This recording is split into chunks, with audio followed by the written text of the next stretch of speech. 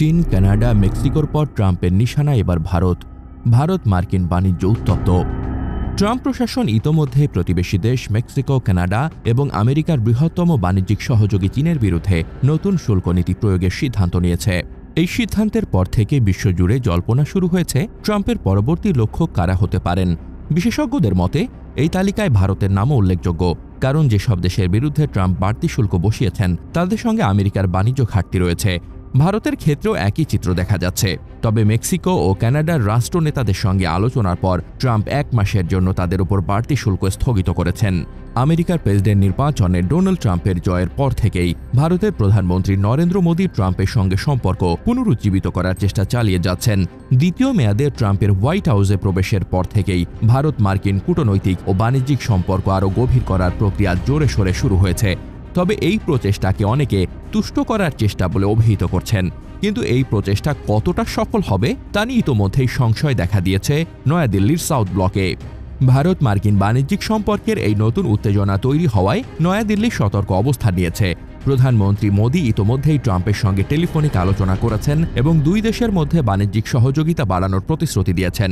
তবে ট্রাম্পের শুল্ক নীতি ভারতের জন্য নতুন চ্যালেঞ্জ তৈরি করতে পারে, বিশেষ করে ভারতের ইস্পাত, অ্যালুমিনিয়াম এবং ফার্মাসিউটিক্যাল পণ্য রপ্তানির ওপর মার্কিন শুল্ক বৃদ্ধির হুমকি ভারতের অর্থনীতিতে প্রভাব ফেলতে পারে।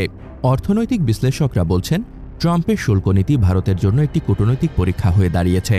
ভারত যদি মার্কিন যুক্তরাষ্ট্রের সঙ্গে বাণিজ্য ঘাটতি কমাতে না পারে, তাহলে ট্রাম্প প্রশাসন ভারতের ওপরও শুল্ক বাড়ানোর সিদ্ধান্ত নিতে পারে। তবে ভারত ইতোমধ্যেই মার্কিন যুক্তরাষ্ট্রের সাথে বাণিজ্য ভারসাম্য রক্ষার চেষ্টা করছে এবং বিভিন্ন ক্ষেত্রে আমেরিকান কোম্পানিগুলোর জন্য বিনিয়োগের সুযোগ বাড়িয়েছে। এই প্রেক্ষিতে ভারত মার্কিন সম্পর্কের ভবিষ্যৎ অনেকটাই নির্ভর করছে ট্রাম্প প্রশাসনের নীতির ওপর। যদিও বর্তমান মার্কিন প্রশাসন ভারতের সাথে কূটনৈতিক ও বাণিজ্যিক সম্পর্ক উন্নয়নে আগ্রহী, তবুও ট্রাম্পের শুল্ক নীতি দুই দেশের মধ্যে উত্তেজনা বাড়াতে পারে।